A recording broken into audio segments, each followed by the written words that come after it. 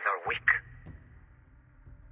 It is only a matter of time before I catch the last of them and kill them. But it is not enough for them to die.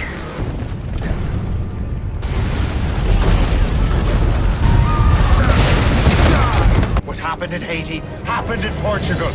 A great earthquake. Thousands dead thanks to your damned manuscript! Get him out of here. I want them to know how weak they truly are. And I want everyone to see them suffer. So on the day they finally meet me, they will welcome the death I offer them. Shay was right. What would he know? More than me, apparently.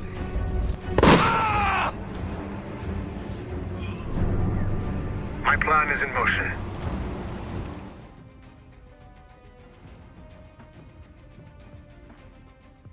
Assassin's Creed Rogue came out on the 11th of November 2014 alongside Unity. For the first time ever, you had an Assassin's Creed game that was coming out on the next-gen consoles only, and then they made Rogue in an attempt to claim that they were looking after the old-gen fans. However, we all know that it was made for the monetary value, because really, Ubisoft knew that not enough people had a next-gen console. And they were 100% right, as the game still did sell a good amount of copies. However, it was completely sidelined and forgotten by most in the gaming community.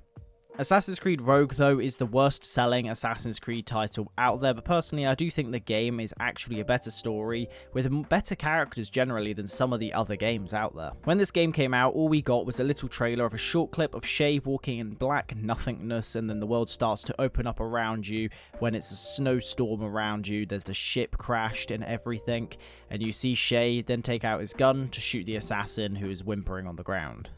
This was something that was really fresh to Assassin's Creed, as we got a different perspective from the Templar side, and because of that we ended up having a lot of people in the community who were really hyped for this game. This game's story is trying to teach you that the Templar side isn't actually that bad, especially once you realise the views that both Assassin and Templars hold, one being freedom fighters and the other believing in a world order that keeps people in check. Both sides are extreme, however both of them have the same goal of peace by the end of it. And this game lets us view both sides for the first time as they truly are, and now everyone can eventually become blinded if they are told one thing only. I was 12 when Assassin's Creed Rogue ended up coming out, and I ended up begging my mum to pre-order me both Unity and Rogue. She ended up doing so, as the year before I think I got Black Flag at Christmas instead, and I just didn't end up playing it for a while. But in terms of it, those two games I ended up getting at the same time, and I absolutely loved them. So when I went online after playing through both games, thinking that both of them were absolutely amazing, I was obviously very surprised at the public backlash of one being called the most buggy mess to be ever made, and then the other one being just called a cash grab, straight through, blatantly obvious now that I see it now. But when I was a lot younger, I didn't want to believe it, as I was a lot more naive to what companies like Ubisoft would do in terms to their fan base. However, I still do stand by the belief that both of these games are actually good games, and if you look at a lot of the gaming community and Assassin's Creed community generally, they honestly agree with this sentiment, especially nowadays. They look back at Unity now that it is fairly not as hard to play anymore anyway. If you want to see a video about Unity, I did make a full critique as well about that game a couple of months ago. But in regards to Rogue as well, honestly, it's one of my favourite games in the franchise, just because one, it's a nice short story that you can do, but also it gives you a different perspective. I think that this game was severely overshadowed, misunderstood, and as well as that, one of the most underwhelming Assassin's Creed games. Now, I know that all of that is fairly contradictory, however, I do still stand by the beliefs that this game and Unity were actually good games. If you look back at it, I'm fairly correct right now when you look at a lot of the fan base, as a lot of the fan base, especially for Assassin's Creed, very much miss games like Rogue and Unity. But in this video, I will be talking about everything from when I first played the game to now, my current beliefs on what this game stands for within the franchise, and how I view a lot of the similarities between this game and a lot of our modern day scenarios that we're in now, and a load of other things. So yeah, if that is something you're interested in, first I'm going to be giving you as quick of a breakdown as humanly possible for the main story. It's only 6 sequences, so it's not as long, but yeah, stay tuned for a load of information about Assassin's Creed Rogue, at least from my perspective. So if it's the case that you've already played Rogue, or you just don't want to have a reminder of what happened, make sure to just skip the timestamp below to when I finish talking about the story. Obviously I make a little bit of conversation about the story throughout the video. However, I will be talking about it a bit more in depth in terms of what I did and didn't like about the story in their designated sections.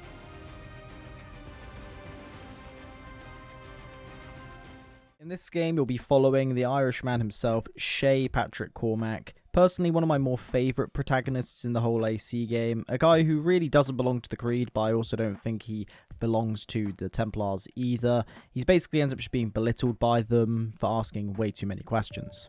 Now, one thing I do want to just talk about real quick just before I continue in terms of the character itself is, personally, I do actually really like him as a character. I think that it's kind of nice to have a change of pace versus just having someone who's attempting to be Ezio. Edward kind of stands out on his own eventually, but obviously he was 100% molded after how people loved Ezio as a character. Unity really tried to do the same, but it didn't really fall as well on its feet as other characters did. You have Connor, who obviously is as opposite as you can get to Ezio. You then have the Fry twins, which are kind of like, I don't know how to explain them. They're just different in comparison to the rest of them. Then you've also got Origins, where obviously Bayek, I would say, is the middle ground of all of the characters, where he is that just attempting to be charming and witty character at times, but also is very much grounded in a gritty reality of what he's facing. So yeah, I really like Rogue in terms of his character, just because with Shay you end up actually getting someone who just seems believable versus someone who's just upbeat and charming all the time. When you open the game, you'll get this amazing music that at this current time in Assassin's Creed is synonymous with the Creed itself being Ezio's family theme, but with a little bit of a twist on it. And honestly, I actually really like this theme over many of the other alterations of the Ezio family theme. The Rogue theme to me is the pinnacle of the Ezio family theme overall, just because I really love how small the twist is on Rogue's theme versus just the general Ezio family theme, with it just being a little bit more lighter and upbeat than you get with some of the other ones. You end up seeing Shay run through a load of trees, and he's about to do what you've been here to play. He's hunting down an assassin, and as you go to jump to kill him, it turns out it is your friend Liam. He'll end up taking you to a French guy who is just a massive dick. There's no other way of putting it. Throughout the whole game, he just belittles Shay for really no reason other than I am older, I am wiser, so shut up sort of vibe. I won't try and pronounce his name just because I'm going to end up butchering it heavily. But in terms of it, he'll end up starting a fight with you for literally making a slight joke, talking about how, obviously, he doesn't feel too free considering they are meant to be the freedom fighters of the world. After freeing the smugglers, you'll end up getting your ship, the Morrigan, where the Frenchman will end up beefing your ship for literally no reason other than his one is better. After this, you'll end up meeting a pirate who's only important because you'll end up killing him later on, but he'll end up telling you where the manuscript is, so you're going to go ahead and kill Lawrence Washington because you need to kill him. Just before you kill him, however, you end up unlocking the unique weapon, the air rifle, which honestly, I actually really like overall, even though obviously it's just a reskin of previous mechanics. But overall, I think it's a nice little change that is fitting for a Templar. After killing Lawrence, you end up finding out that he was simply a distraction, and that he already did his job because they've got away and he was dying anyway. After heading and meeting up with the pirate once again, he'll end up telling you where the precursor box is located, and you'll head there to assassinate the man who's got it. And then after that, you'll end up meeting up with Hope and Liam, where you'll end up talking basically about the manuscript, talking about how you need to take it from the Templars because, again, reason. The game doesn't really justify it. I think that's obviously intended, purely because the basis of this game is more, we need to ensure the Templars do not have this thing because they are Templars versus they have bad intentions with this thing. Everything that would normally take up the whole Assassin's Creed storyline of a game ends up only taking 2 sequences. You'll then end up meeting Benjamin Franklin, who will end up opening the box for you, and then you'll head to Portugal. Achilles will task Shay with escaping. Shay will be fairly irritated and confront Achilles afterwards, as obviously he blames Achilles for trying to shift the balance of the world and effectively causing an earthquake. As he's confronting Achilles, though, you'll end up being kicked out. He'll head back in to go get the box, and he'll be on the edge of a cliff, about to jump off and kill himself to think that he will be able to survive and make sure the box gets away, or at least that the box ends up sinking to the bottom of the ocean. That's his preferred goal. He ends up getting shot by who you supposedly think is Liam at the time, but you'll obviously find out later on that it wasn't. The Finnegans end up taking Shay in. After looking after him, he'll end up healing up, and he'll be given some robes that are very Templar-like, and you find out that he is in fact being nursed by people who are parents of Templars beforehand. Effectively, the Templars are grooming him to become an assassin killer. It's as simple as that. After this, you end up seeing the Finnegans get confronted by a local gang, aka the Assassins. They're basically just their version of different encampments for Templars and so on that you got in different games, but this time it is the Assassins gangs as they're viewed as anyway. Which does end up introducing you to something that a lot of people end up talking bad about this game, which is the idea that this game is simply just a copy and paste of every single game, just with the Templars and Assassins changed around. Which, yes, it is the case that this game is very much showcasing to you the other side, so that it is not just as sympathetic as it always is to the Assassins. But I think this game is more setting the precedent that 3 started, kind of showing you that the Templars aren't that bad and the Assassins are definitely not always the good guys. The viewpoint of it is very much something you end up seeing later and later on. As the games set up the Assassins to be this almighty good who are fighting for the freedom of people, which is obviously what the Western world stands behind. It sounds amazing, we all love the idea of freedom, but the Templars are looking to have order amongst the chaos of freedom. With some of the Templars believing in full authoritarian control, which is why I think that people like AC3 hate them, as he talks a lot more about the immoralities of total freedom for the people. But with this game, you do end up basically getting the same story as the other games with the teams swapped around, but again, it's just to show you the point that obviously both sides are not supposedly the good guys, both of them have their flaws.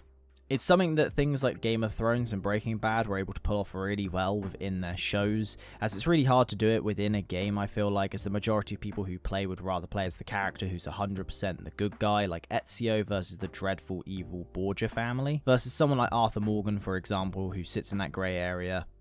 He's deep down the good character of the game, however he also commits a massive amount of crimes that are dreadful acts, but people love his character within Red Dead, and I think it's because he blurs the lines. He has very similar style to his character as someone like Walter White, for example. We'll jump back into the story now, where you'll end up meeting Colonel Monroe, and Shay still has the view of the Assassins in a way. He's fairly skeptical of this guy who is a blatant Templar, he's got the badges everywhere and so on. And the third sequence of this game ends up taking place over a whole year of Shay's life. During this year, he ends up basically being indoctrinated into the Order. Like I said earlier, he's effectively groomed into an assassin killer versus him doing it out of his free will. I feel like Shay views it as him being a free will advocate, where he's just kind of done what he wanted to do, which was stop the Assassins at all costs with messing around the precursor sites, which, yes, he did, but also there should be a little bit of suspicion when his character literally ends up being nursed to health by a family of the Templars. He ends up meeting Templars, he then ends up eating with the Templars, he ends up killing for the Templars. Like, it's a very easy slope that he fell down, and it's understandable. On his walk with Monroe, he'll end up talking to you about the acts that the Templars do in the name of good things, but doesn't necessarily name them to you. He'll end up tasking you with going and saving Christopher Gist, who's going to be hung by a group of assassins. After saving him, you'll end up being introduced to another mechanic in this game, which was cool at first, however after a while of running around these areas for long enough and you're being jumped by these assassins, it gets a bit annoying and dull very quick. However, they do end up leading to funny moments at times, as this game is also incredibly buggy, which I will get into later. You end up taking back the Morrigan, and you'll end up going to a plantation field to end up stealing a load of resources to improve your ship. Then you'll head to a fort to start attacking it until you break down the defenses and you head inside. Once inside, you end up meeting the pirate from earlier on. Like I mentioned, he's only really important in that beginning section of the game, just solely so it makes sense of why you're killing this guy. You can tell though that both of them kind of have a mutual admiration for one another. It's kind of nice to see, as it's something that you end up seeing deteriorate slowly. However, one thing that I do find funny is what Shay says to everyone when he's killing them. To be honest, it's very entry-level cringe activity within this game, which is just odd. I guess it kind of reminds me of Sour Grapes comments and so on from Connor and all these different things, where it's just like random cringe that just doesn't need to be there, but it's there nonetheless. He'll also have the conversation to the pirate that he ends up discussing to himself as well, to learn and justify the killing of him to keep himself safe from the assassins. You'll end up meeting up with Benjamin Franklin yet again, and then use his new toys to destroy an outpost. After doing so, you'll end up meeting up with some more Templars, some that you'll recognize if you've played Assassin's Creed 3. And again, this is just him slowly turning into a Templar, with everything eventually leading to him taking on the oath of the Order. Shay will then open up a letter from Monroe, which he'll admit that he knew that Shay was an assassin the entire time and believes they'd be a great fit to become a Templar. Again, this is just more proof that obviously he was being groomed the whole time to become a killer for the Templars more than anything. It was no other reason to why he was as liked by the Templars as he was. Obviously, you have what Shay wanted to believe and how he was going against the precursor stuff and all these different things, but I do really think that he was really there for the sake of being able to hunt down assassins and cripple their entire organization easily. He'll end up talking to you about the Grandmaster of the Order, which again is Haytham, which is a cool part for people who didn't know that he was going to be appearing within the game. You end up saving some redcoats who have been taken captive, and then you'll end up heading to Albany as the French are now attacking and Monroe is outnumbered. You'll end up killing Kasegawase, and he'll then tell you that Liam was sent to kill Monroe. You'll get to Monroe where the house is set on fire, which is a little bit of a different take that the assassins normally don't do. It's something that's a bit out there. Normally they're all about the stealth approach instead of burning someone's house down. That's just my thoughts anyway. They take the manuscript and Monroe will hand Shay his Templar ring. Once back at New York, you'll enter a dark room where he'll be officially made into a Templar by the Order. Haytham will bring him in, which is the first appearance of Haytham during this game. You also end up seeing around the table Charles Lee, just another cameo to throw in there. You end up getting more modern day stuff, which shows you another assassin who went a bit too far and went mental over the power he had of the want of freedom. You'll get another interruption to another time where you end up seeing an older version of Shay, which is with an older Benjamin Franklin, who is being hunted down by some criminals, aka the Assassins or the French. However, you end up going back to the version of Shay that we've been playing as the whole time, where Haytham will be asking him about what he knows about the precursor sites. You end up meeting up with James Cook, where you'll win a battle at sea and then head to find Adewale based off the knowledge that James Cook has provided and given to Haytham. After taking down his ship, you end up beaching it and you end up going to head to kill the man who you have played as in the previous game if you've played the DLC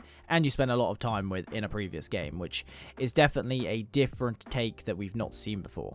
If you don't kill him right away, you can end up listening to Haytham and Adewale talk about Edward, which is a really cool conversation just to listen to. It gives you a little bit more insight into how both of them viewed Haytham's dad. After stabbing Adewale and beginning the process of his assassination, you'll see that Shay wants him to forgive him, which is really interesting. Again, I think this is just showing that Shay is respectful, but only to people who show him respect as well. He had no reason to not find him respectable and for Shay to feel like he's been disrespected in any way. However, his tone will end up changing due to the comment that Adewale will mention, and with Shay saying that he believes that he has done what was right and what was needed to be done. Haytham will walk over to Shay and get him to just walk away, making Sequence 5 the shortest sequence in this whole game, and maybe any other Assassin's Creed title to my knowledge.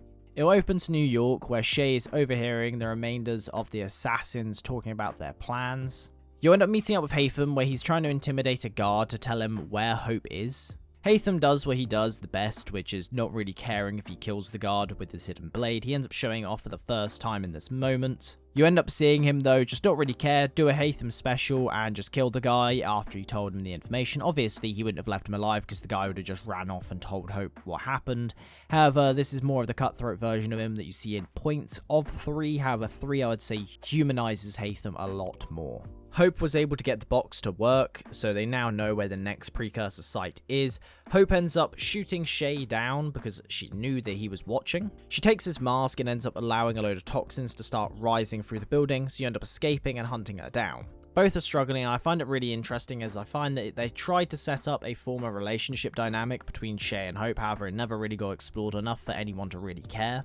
Like, why, besides the factor of her being the only female character in this game that could fit a possible love interest, why would she matter to him? Like, the way that they try and put it across in this is very much like a love triangle to me, which I will discuss later on in the characters and just story breakdown section, where you end up needing a map in particular. You end up going into a little bit of a ship battle, which due to the sake of this video, I end up going through as quickly as possible, so I hardly did anything to upgrade my ship, which again, it's one of those things, but I like upgrading the ship within Black Flags. It kind of makes sense for the story. There's also missions that are like hard holding you back if you do not level up your ship. But within this game, you can kind of just get away with it. It took me a little bit longer than it needed to, but then again, I didn't end up doing all the extra stuff to upgrade it, so it's not too bad. Once you've got to Chevalier, he'll still end up insulting Shay, which just angers Shay even more, to the point where Shay just throws him overboard instead of giving him a merciful death.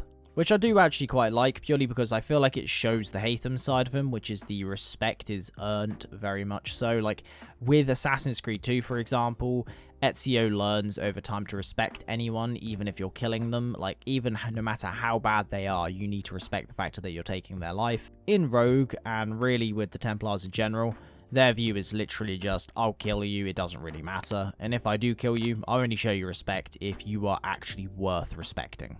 James Cook will ask the question of whether or not Shay and Gist are members of a bigger organization, maybe setting him up to eventually become a Templar, but they don't really end up saying anything in particular about being Templars themselves. Shay will end up giving him a map and say that his patrons will help him out with his future voyages, as James Cook, in another big historical character fashion of the Assassin's Creed franchise, he was an explorer in real life who did a lot of exploration and so on, so, you know, you got to throw it in there.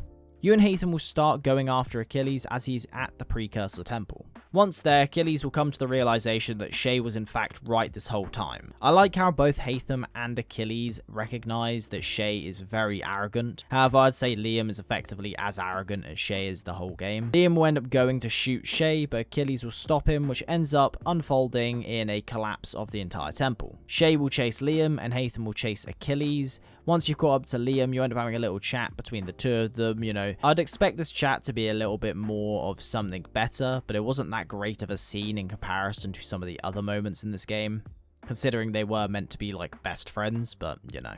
Besides him showing Liam some respect by raising his hood, that's about it. That's all you get out of the scene. After this, you end up going outside to a scene that I love. Personally, I think it's one of the best scenes in this game. No! Why not? Achilles is harmless now. A mentor with no followers. What kind of world are we making if we cannot show mercy? Besides, he understands what these precursor sites are now. Without him, the assassins may continue their search. Valid points.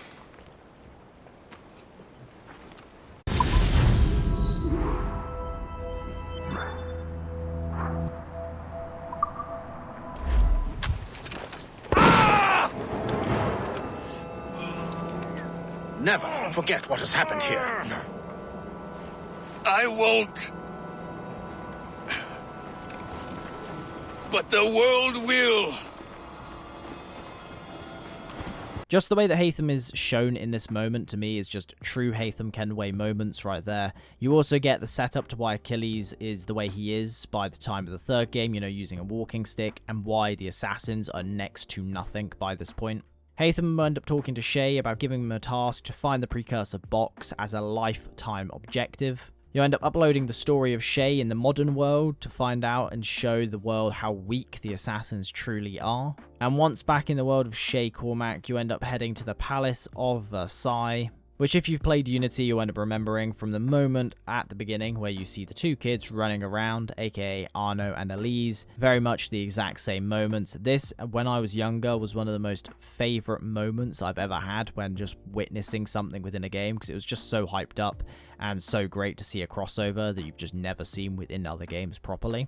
It also would have set up this amazing crossover to eventually happen of an eventual matchup against Arno and Shay, which I think would have been done as a great end cap to the Kenway saga. During the walk through the palace, you end up seeing Arno and Elise about to steal some apples, as obviously that's what you do within the prologue of the game. After assassinating Charles Dorian, he'll end up telling Shay about how Connor has undone everything that Haytham had done during that entire span of Haytham's reign, which again gives you another matchup of Arno and Connor versus Shay as kind of like a redemption to the Templar Order and those two fighting for the good causes of freedom. It's also something that I think would have worked really well. I will discuss that as well later on. You end up getting an end scene of this game, which again is the same as every single end speech that you see in every single Assassin's Creed game, just from the Templar perspective. Uphold the principles of our order, and all that for which we stand. Never share our secrets, nor divulge the true nature of our work. Do so until death. whatever the cost. This is my new creed. I am Shay Patrick Cormac, Templar of the Colonial, of the American right. I am an older man now, and perhaps wiser. A war and a revolution have ended, and another is about to begin. May the Father of Understanding guide us all. Then your character from the modern day will be given the choice between death or joining the Templar Order. And that is the story of Assassin's Creed Rogue, as summed up as quickly as possible as I could.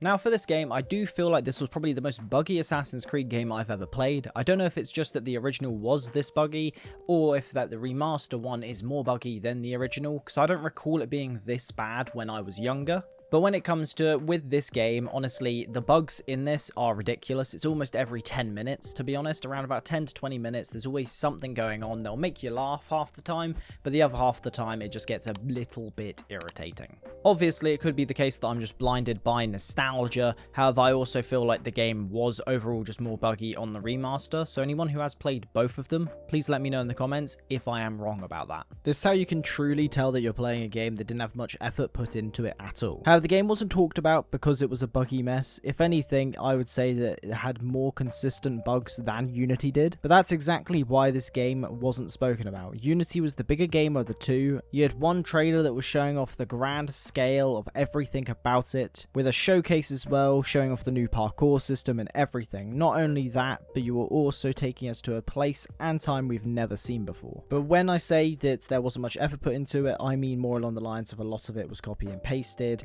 It was definitely a rushed project more than anything. However, for all of the upsides of Unity, you also had a lot of downsides, mainly going to be down to the bugs. Even though they weren't all the time, they were so dramatic that people had them stick in their head forever and end up impacting Unity's entire reputation until this very day. Due to the mixture that it was the AC title for the next gen platform, and as well as that it was so buggy that it was being slammed by the general media, that ended up pushing Rogue completely under the carpet, not to be spoken about by most people, and anyone who was an Assassin's Creed creator may have spoken about it. However, really they spoke about Unity the most. Unity overshadowing Rogue is a massive deal when it comes to these two games, primarily because Rogue was then completely unheard of.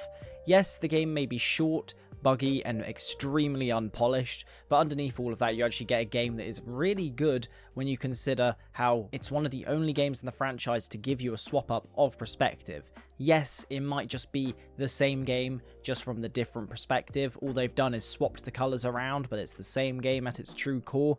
Yes, it's a little bit like that. However, I would still say that this game can stand on its own 2 feet, and if there was even more budget put behind it and more time and it was made its own title in its entirety, then I guarantee you this game would have sold very well. What the game did so well was that it continued on what people already loved. It continued on the stories of characters we've either just heard about, or it allowed us to have even more fleshed out stories of the ones that we knew from before. It gave you a world that we've already visited, but gave it a little bit of a twist and gave you a different change in perspective that actually made the game feel fresh for a change. It speaks true to how we see the world today, and that is part of the reason why I really like this game as much as I do. Now, what I find really interesting about this as well is the reviews that both of these games received. For example, when you go over to Steam and look at Unity, it's got a 7 out of 10 versus Rogue that's got a 9 out of 10. Now, yes, Rogue only has a fourth of the amount of reviews on Steam as Unity does, but I think these reviews can tell us a lot about the people who are playing the game versus what Ubisoft were intending upon release. So for starters, it gave us more of what people loved from the previous games, but at the time, what was the main takeaways from the prior games? People loved Edward and the naval combat experience. People also loved Adewale, who was returning in this game, where you got to see the end of his story. In AC3, the main thing that people loved from the game was Haytham. Nowadays, we end up seeing a lot of people talk about Connor, about how he was actually a good protagonist. I do think he was a very misunderstood protagonist. When 3 came out, people did not enjoy Connor at all and wished they got way more of Haytham than they did. And within the games before, you just got everything that people already loved. However, that doesn't really matter, as once 3 came out, they entered the new old-gen Assassin's Creed, and what I mean by that is more like old-gen AC 1.5. The Kenway Saga would be classed as that, entering into Unity. And with the 1.5 changes, you end up getting different movement styles, and as well as that, animation changes. So what did we end up actually getting from this game? Well, for starters, obviously you have the ship fighting experience from Black Flag. Maybe it wasn't as fun, just in my opinion anyway, as obviously Black Flag is set in the West Indies versus North America, which traversing a frozen load of lakes just isn't as much fun as being able to traverse a massive load of sea and just go between these massive tropical areas. You also got the end of Adewale's story, you got to see Hatham and the time between the moments of AC3 leading up to when he was truly at the height of the Order in the colonies, which mixed together with a fairly charismatic and likeable main character, made the game at least a good Assassin's Creed title. Now the second thing is that this game really fleshed out characters that we've already met before, which really helps for people like me, for example, who have always wanted to read the Assassin's Creed books. However, when I tried to when I was younger, I was awful at reading, so I ended up giving up and just never bothering with them. Instead of having to go through a load of videos, for example, I can also just play a game and it gives me information through that as well. I might end up trying to give the books another go, but in terms of what we got within this game, you ended up with characters that were completely fleshed out. If they were new characters, they were given a little bit of story, but for all the old characters, they actually had full backstories given to us properly for a change, which ended up introducing us to even more interesting traits of people like Achilles, for example. As this game is really a story of the downfall and blinded ambitions Achilles had, it explains to us the whole time of why when Connor meets him in AC3, the Creed is basically non-existent and his old robes are hung up in a hidden basement. We get to see Hatham and more of his story, continuing on from what we already knew about him. You got the same Hatham, maybe with a little bit more of the descent into a pure world order kicking in, but I wouldn't say it's really like that at all, because Hatham is very just not as insane as someone like Charles Lee was. We got to see Adewale's story continuing, giving us the dialogue between him and Hatham about Edward, which was an absolutely great moment to have.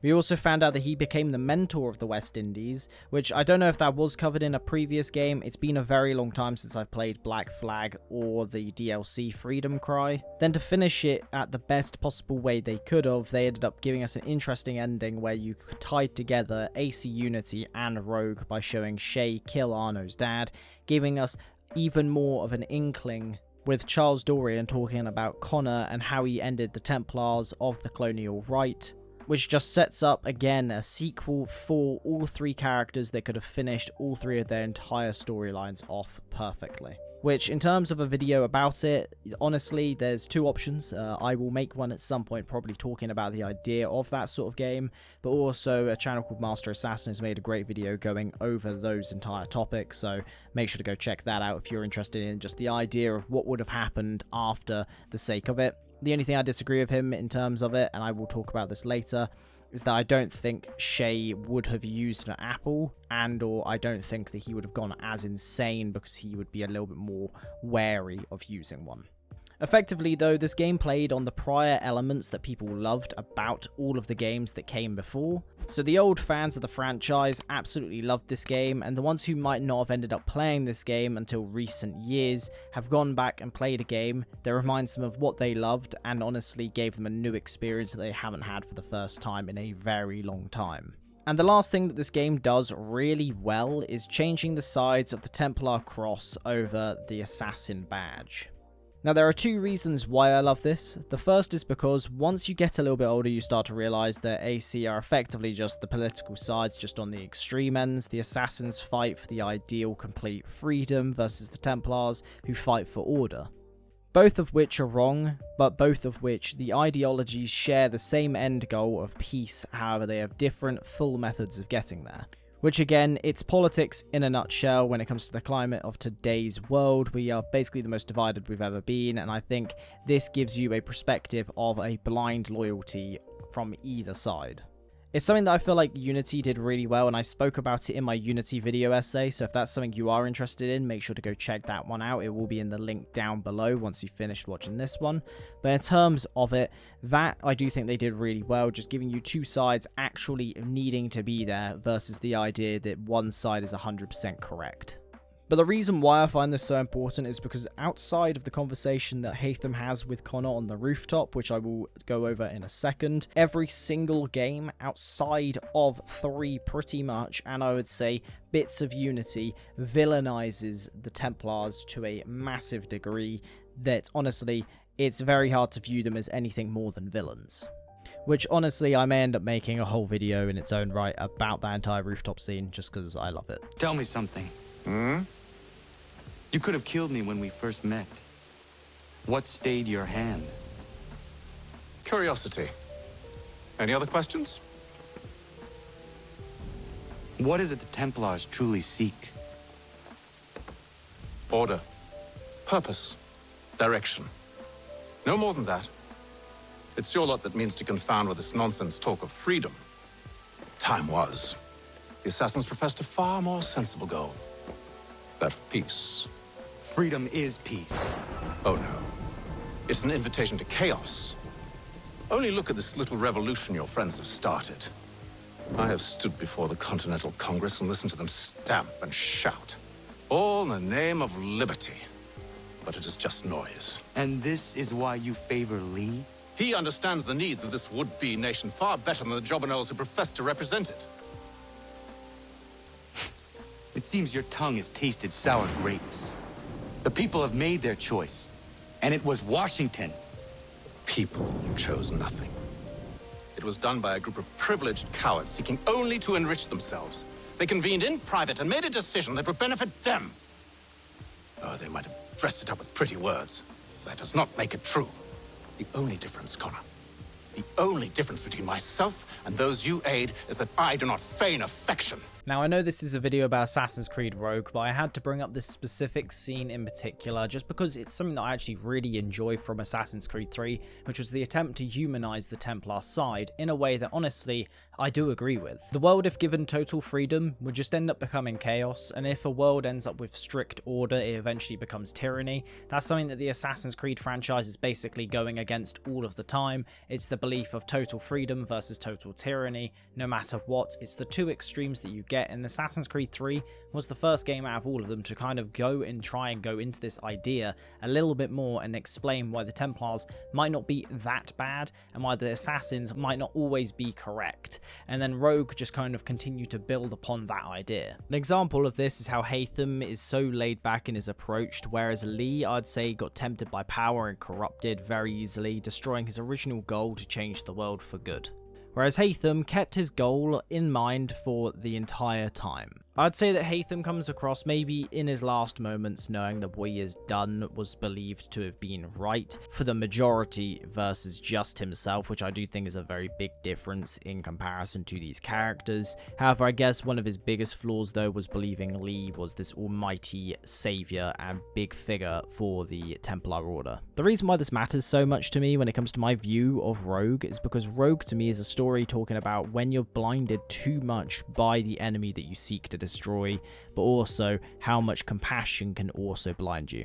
Achilles believed what he was doing was right. He was fully indoctrinated into the belief that total freedom is the answer and that only a select few knew how to keep every single person safe. Which is the same as the Templars, because if you just swap the idea of total freedom with total control, it's just the reverse side to what we have currently in modern day politics. Yes, this may be an Assassin's Creed game that made the Assassins come across as if they were a little bit insane. However, I'd like to say that this is probably more of what the Assassins do come across like when you have another side that is more reasonable than what you had with the previous games where they are the outright villains. Obviously, this game was written in the intention to make the Assassins look worse than they normally do in any of the other games, but you can also say the exact same thing for all the other games, which make the Assassins look like these great heroes. In this game, you end up getting a perspective that shows you that maybe assassinating key political figures and key people in general within history maybe isn't the best idea all the time, which obviously it then ends up going down to what you view as the right option. As much as I didn't enjoy Syndicate, I also know that one thing that I did like out of it was that the Templar Grandmaster calls the assassins terrorists, which when you look at a lot of the actions that they do commit in many of the games, that is exactly what they are. But it also does come down to whether or not you think that their acts were considered the right thing or not, because obviously an act of terrorism is still an act of terrorism, but the justification can be there for the moments within the games, mainly because when you're experiencing things like, you know, assassinations of big political figures that you get within literally every single Assassin's Creed game, that would be considered an act of terrorism, but you're playing it as an assassin, so it's being done as the right thing.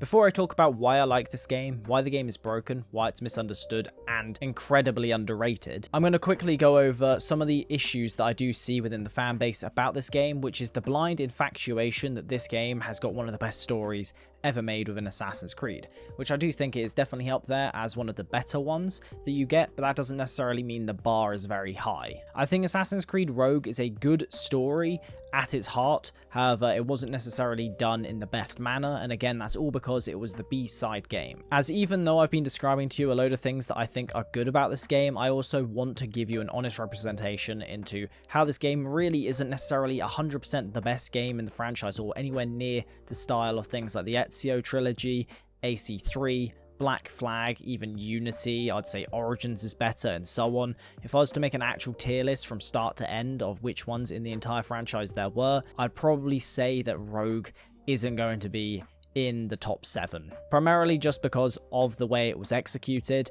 but in terms of it as well, I do think the game would have done amazingly well if given the right amount of money put behind it to ensure that it was a good, successful game. It only has 6 sequences, and for 2 reasons. One is that the game was an afterthought, and the second is because they probably couldn't think of too much to do. The game jumps entire story points of showing characters' growth and why the two start to like each other, for example. The villains of this game are meant to come across as if they're hard for Shay to kill. However, when he ends up doing so, he shows basically next to no remorse in most scenarios, because he either dislikes them because he betrayed them, or that they're so arrogant and blinded to the point where they even don't realize that he was right about the precursor sites the whole time. Which makes the death of many of the characters within this game that are meant to be impactful just dull.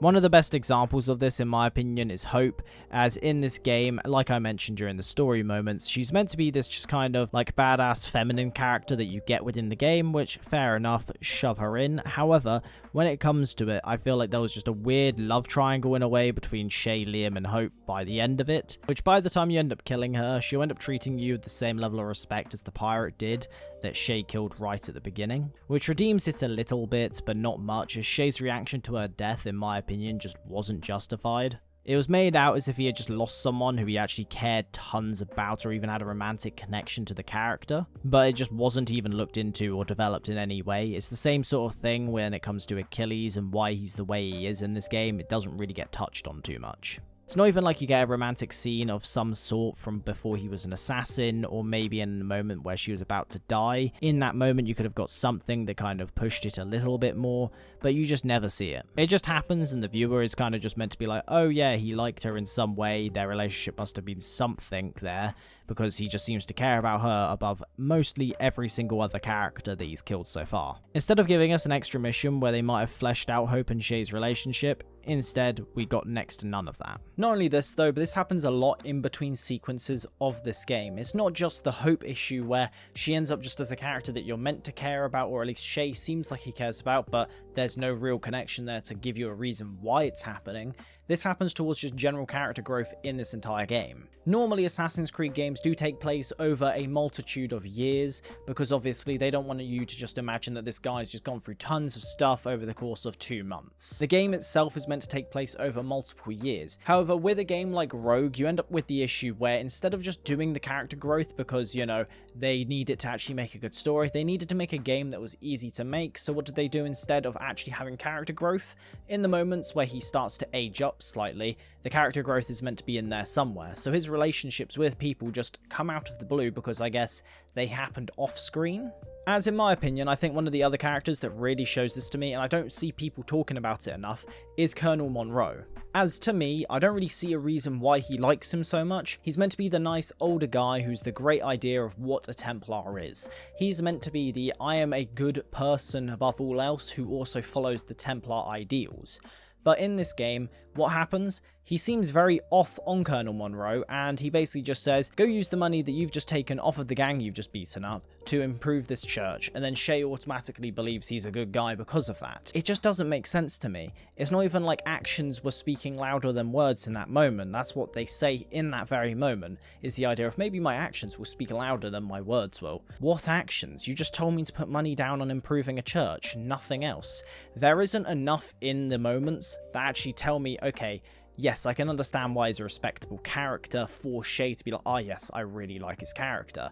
Even if we got more conversations in the game kind of talking about the events between him and Shay, would have made it better for it to be a little bit more believable for the person playing. Versus a lot of situations in this game where you feel like you're just being pushed in a way to basically be like, oh yeah, this is meant to be the case because the game believes it should be, instead of giving you an actual on-screen showcase of, okay, the characters are emotionally connected because of this reason, instead of just going, oh yeah, they're now best buddies. So really, my main critique with this game is the lack of character growth and just general rushed nature of the game. Obviously, the rushed nature is blatantly obvious, like we've already discussed many times now within this video, it was a rushed game. But when it comes to the character growth side of things, it's absurd to me about how bad the character growth in this game is. Because Shay is just a likable character for one main reason. He does what he believes is right, and he does what is right by what most people would say is morally the correct answer. Because he's already on the moral high ground, however, that means that he has no reason to improve. It means he has no actual reason to be like, oh yes, I have an actual method to get better. The reason why people love Ezio so much is because he wasn't always the character he was in Revelations or even in Brotherhood. When you play Assassin's Creed 2, the first like 5 sequences of the game, he is an extremely brash young guy who doesn't do anything correct necessarily and just believes he knows right no matter what. And he goes from that character to being this stoic older guy who basically is looking for wisdom upon anything else and will teach anyone what they need to as long as they are within their order.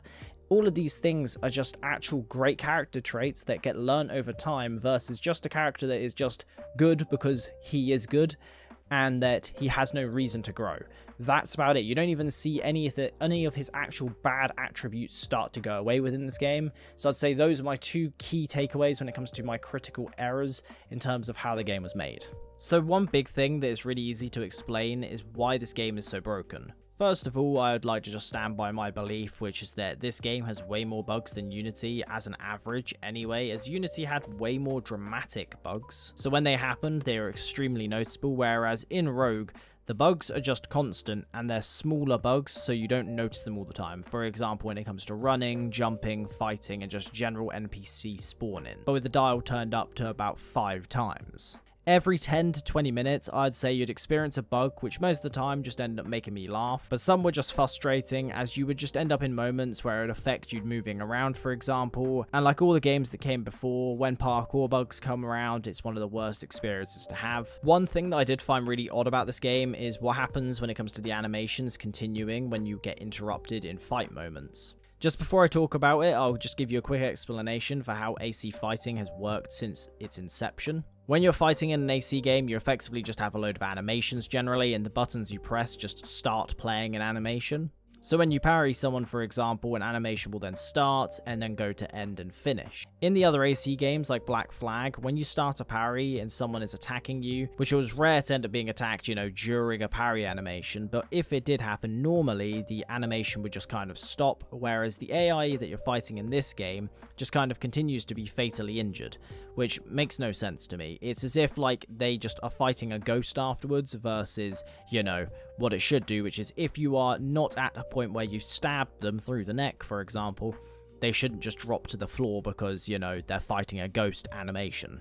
And one of the reasons why I do bring this up is because it happened on so many different occasions for me that literally, it wasn't even like I could turn around and be like, oh yeah, it wasn't immersion breaking, because it was. It was very frustrating every single time it happened. It's as simple as if they just did what they did in Assassin's Creed 2, for example, where when you're in a parry animation, you just don't take damage. You can't be kicked out of it, so that way everything is fluid. Yes, the game looks easier on the surface, however, does it really? Because all this does is allow you to speed up the process with ghost fighting versions of yourself.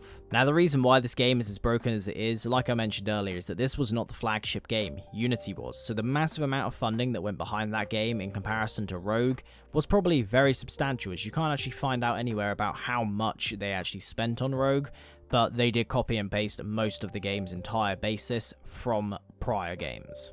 It was a budget game, so budget development times were given to it, which then eventually released in a game that wasn't overly polished, didn't have as big bugs as Unity might have, but the game had so many, or at least the remastered version did, because I don't recall there being this many in the basic version of the game. It might just be a romanticized version of what the game looked like when I was younger, but to me I don't remember there being as many bugs as I experienced on this playthrough.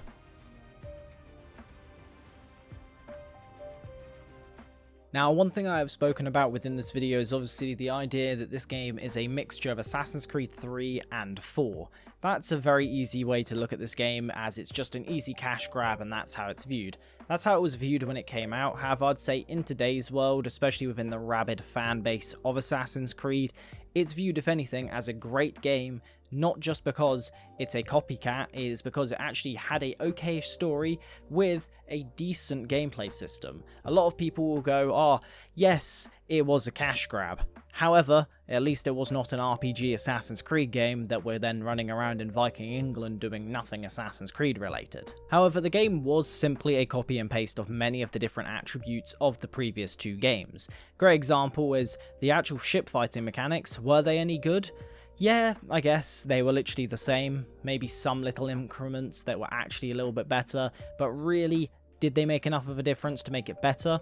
Not really. It was easier, but that doesn't necessarily mean that it was 10 times better. So obviously, for a game that was on a budget, it did its job. It did what they needed it to do, which was be a cheap game to make, just release it and hope for the best. They copy and pasted a load of text, blatant, obvious facts that you can see right there, but in terms of it, people still walked away with a game that was still very underrated, even though it didn't push the boundaries in any way besides the story aspect, which I think proves a point a lot more about the Assassin's Creed fanbase than Ubisoft like to admit. Obviously, they just care about cashing in on as much money as possible, versus actually making a game that is good for their main audience. Is it just a reskin of the exact same story? Well, I don't really think it's as much of a reskin as people would like to say it is. Now, yes, gameplay sides and just the baseline of the game, it's a reskin. The gameplay aspects, the story isn't though by itself. The idea within Rogue was that you were going and killing the former family that Shay belonged to, and that you were meant to be feeling something when you were killing them as well. In every single Assassin's Creed game, the people you're killing are typically viewed as nothing more than evil, with not much of a downside to killing them. Really, the only game that goes against that is when Connor kills Haytham, just because we played as Haytham, got a little bit of an insight into Haytham, and people liked him, so they weren't it was a little bit harder to go through with that murder versus every single one that happens in the whole of the franchise.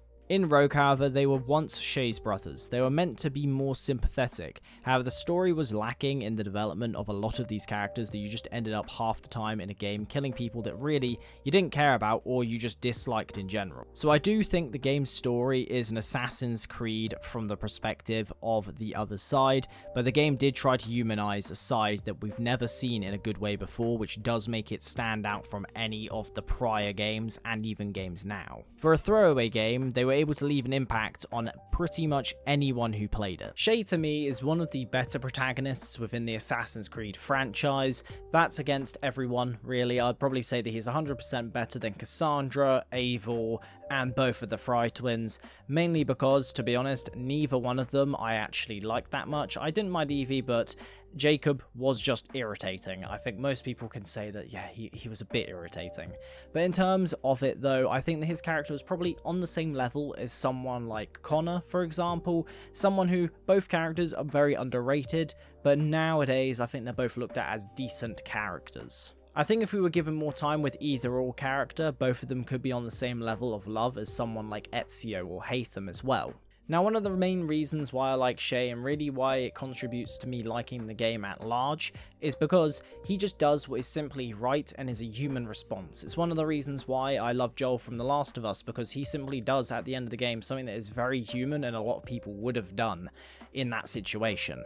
Obviously, when you go to the second game and he's basically being looked at as the villain, that is why a lot of people were upset with that, because really, a lot of people viewed it as he did what he believed was right, and really most people would have viewed as right. And a part of that is the idea of him not being governed by any ideology. He is a Templar, however, in reality, he also follows a lot of the ethics and beliefs of the Assassins from beginning to end, but all he does is he wears a Templar cross instead of an Assassin's badge. I'd go as far as to say that Shay doesn't even share all of the beliefs as the Templar Order, especially when it comes to the idea of controlling the populace. He gives me the impression that he follows what Haytham talks about in 3 with the idea of order, purpose and direction. Not the order in the tyrannical sense, but order in terms of having a defined understanding of what good and evil is. Knowing what he's meant to be doing in this world, aka ensuring that the manuscript and precursor box never gets used by the Assassins as the Templars believe Shay to be right.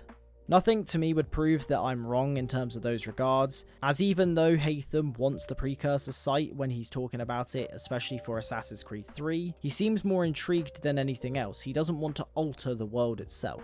Versus the Assassins that simply just want to stop the Templars from getting to them. The Templars don't necessarily seem like they want to stop the Assassins. They don't even go out of their way to do it before meeting Shay, so it's kind of one of those things where I feel like the Assassins were a lot more just hateful in those moments.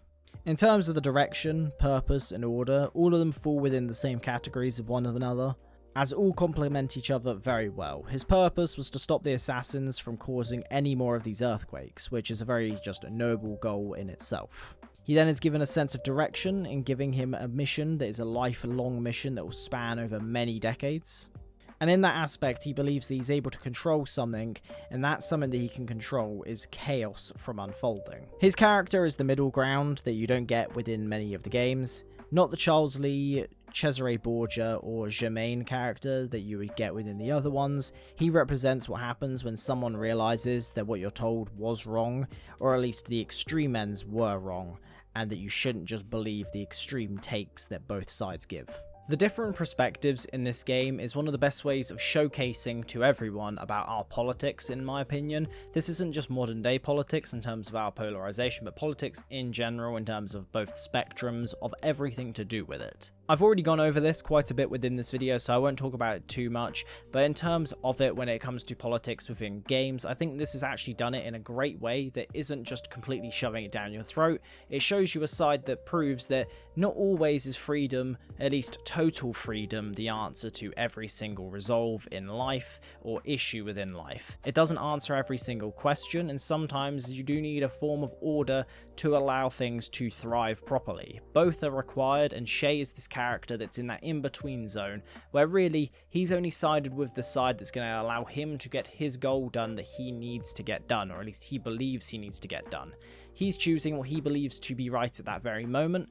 He gives me the vibe of someone who really, if he was to have stayed the way he is throughout the whole of his life, and let's say he doesn't become fully indoctrinated with every single belief of the Templar Order, he would probably just keep swapping sides, or make his own creed that's completely different from both and kind of gives both opinions their own merit. He doesn't believe everything that one side believes in, and again, doesn't believe in the whole lot of the rest of it either. Which most people are like generally. Not everyone is how it's viewed as on social media today, where, you know, everyone is always believing in every single belief system of either side, which again is the idea of just subscribing to everything you have to believe in purely because you agree with some things. There isn't a game that I can really say touches on this topic of a political divide, really, as the Assassin's Creed games do, in a way that's very subtle without you knowing so, but also isn't.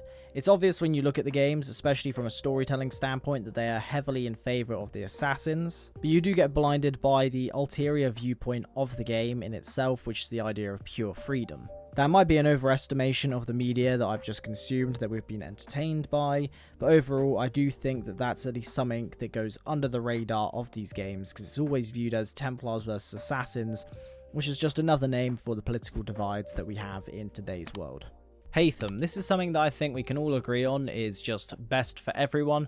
When there is more Haytham Kenway within the games, it just becomes better. Everyone loves his character because he is the likable villain. He's the guy who makes good points, even if you don't fully agree with everything that's being done under his actions. It's one of the reasons why I want to read the book that focuses around his character, but overall, I love his character for many different reasons. It's not for this video, maybe for another one, if not an Assassin's Creed 3 video essay, but when it comes to it, everyone can agree that more Haytham Kenway equals a better game. I would have loved to have seen a game that just completely follows his story. Maybe one day we might end up getting a video or a DLC of some sort that kind of showcases his entire life leading up to the moment that he gets sent to the North America trip to bring the Templar Order to North America. I think it would be very interesting just to see his entire childhood, because obviously the book focuses around that, I believe, talking about who killed his dad and so on, and finding out who did it and all these different things. I find all that very interesting to his character growth and everything about him. So yeah, more Edward, more Haytham, everyone wins. I think that the connection to Unity is probably one of the nicest add-ons of the ending of this game. I love the way that this game ends and just kind of links the two games together. You have the mentions of Connor, but most importantly you have Shay killing Arno's dad to link the death that Arno is looking for throughout the whole game of Unity. He wants the answer to who killed his dad. Obviously, throughout the whole of Unity, he never finds out, but it would have been interesting to see what would have happened. It's something that not many of the games in the franchise come close to, and honestly, that's across the board. Not even any of the old gen or new gen games come close to it in terms of trying to interlink different games. At most, you might get Easter egg sort of things, versus in Rogue, they're just full connections, talking about Edward, the death of Arno's father, the mentions of Connor and Haytham and Achilles and Adewale. This game effectively does a lot for what people would have wanted out of the franchise, which is the continuation of characters' stories, not just ending off a whole character's prospects just because you want to move to a new game, a new time setting, to keep the franchise in a false sense of progression.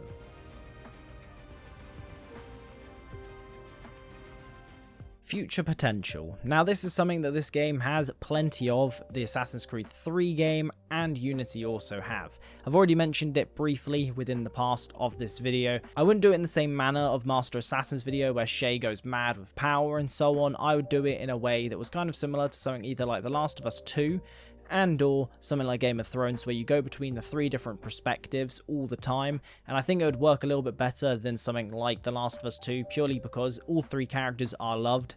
None of them are in particularly despised as much as someone like Abby was, so really I think it would be a great twist that you don't really get to see in many games.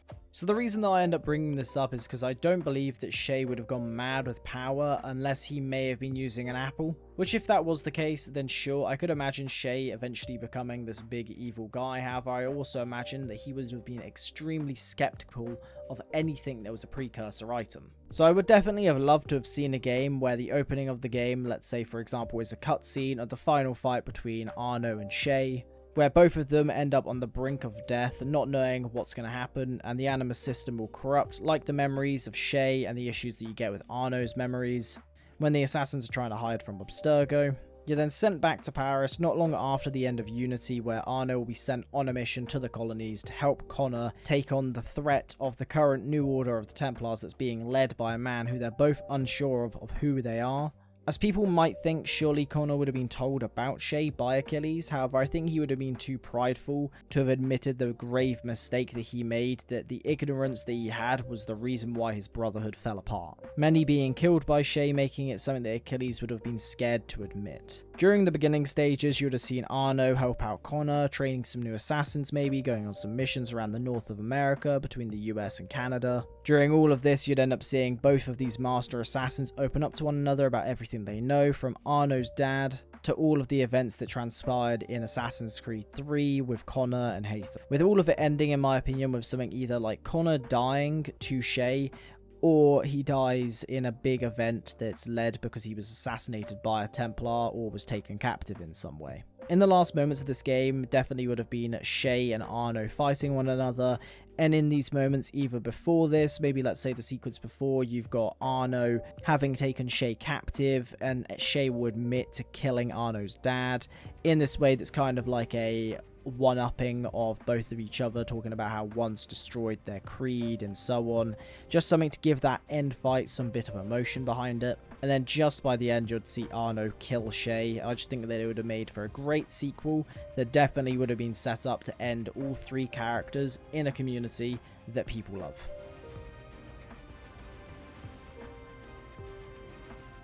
Now, a lot of people don't know about this game, which is surprising but also not surprising at the same time. It's surprising from the aspect of how great this game is for what you get and the price of it, especially when it comes to when you can get it nowadays. But also the reason why it's not surprising is purely because both times it's been released, it's been overshadowed by something else.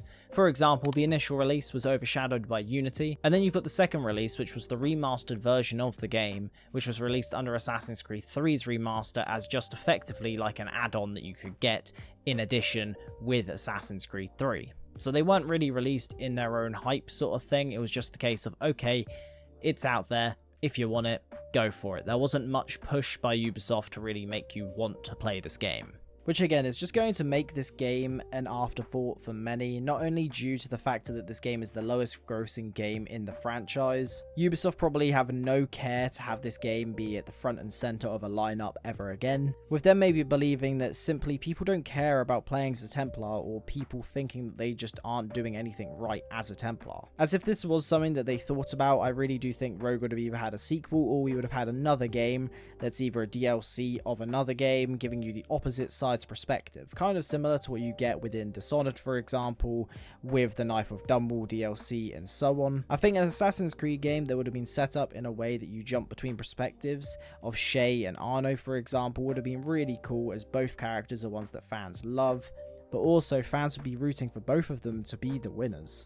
Again though, because this game was an afterthought for Ubisoft, this probably will never happen, and the discussion that we're having about this, Ubisoft will probably never care to ever see happen, ever. Not only that though, but this game is definitely worth it for the average player. If you just look at where you can get it, like I mentioned earlier, you can get it from Assassin's Creed 3's remaster, which really isn't too expensive, especially now, and you get 2 games for that price.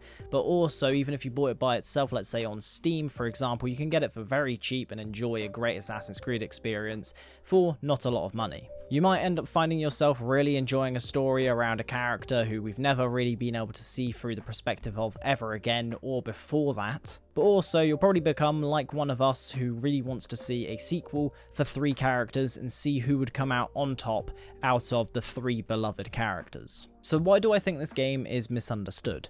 Well, really it comes down to the fact that this game was a cheeky cash grab of $10 million, which, to be fair, it's a hefty amount of money to make from something that really probably didn't take Ubisoft too much time or too much money to make. But when it comes to it, it's also a game that most people, especially today, only play because of what it is. It's a game that's actually showing you a different perspective. It makes you sympathetic to the Templar cause and goes back to its roots with what people love about Assassin's Creed. Like I mentioned with the conversation between Connor and Haytham on the rooftop, that and Assassin's Creed Rogue are the only times you end up having a story that's trying to actually be sympathetic to the Templar cause, and actually show you a perspective from the other side that's meant to be the enemy, or at least supposed enemy the entire time. A lot of people might not know about this game or have a taste of sour grapes in your mouth when thinking about Rogue. The story of this, I'd probably say, is the most modernized take of the modern world in an Assassin's Creed game, where the ideas of both sides are being explored,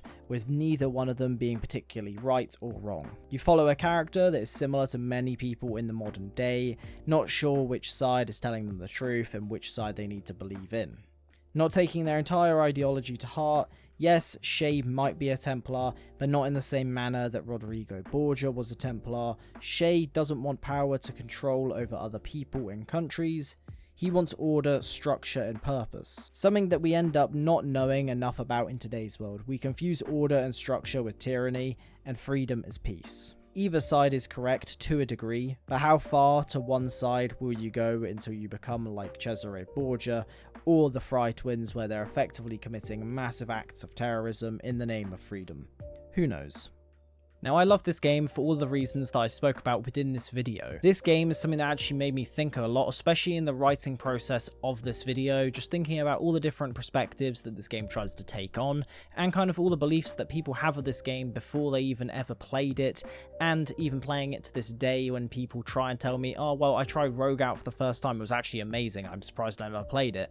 There's a reason why, and it is because it is misunderstood, and it was incredibly overshadowed. The main thing with this game is that you end up having a game where the reason why a lot of people don't talk about it as much, and the reason why people love the characters as much as they do, is because of both of those reasons. It's not talked about enough purely because it was underrated and undervalued as a game. People didn't think it was really worth playing. And then because the people who played the game got to experience something that was actually quite decent, especially for what you're actually getting, especially right now, they end up experiencing a story that not many people have, and they end up really enjoying and spending a lot of time with a character that not many have as well. But because their favourite characters weren't named Ezio or Edward, it ended up increasing them to be more likely divided within the Assassin's Creed fanbase, because a lot of people view those two as the only two good options when it comes to your favourite characters within Assassin's Creed. Now, with that all being said, I hope you guys enjoyed this video. If you did, make sure to leave a like and do subscribe for more content. This was kind of like a mini different one just to put in there in between my next video that I do decide to do, that's going to be a bigger critique style video, or at least video essay, as I wanted to have something that was a little bit easier to make in between me making my Red Dead 2 one and this one, to kind of get me back into the rolling move of actually trying to get something done. So yeah, with that all being said, I hope you guys did enjoy. Make sure to leave a like and do subscribe for more content on this channel, and I'll see you guys in the next one. Have a good one.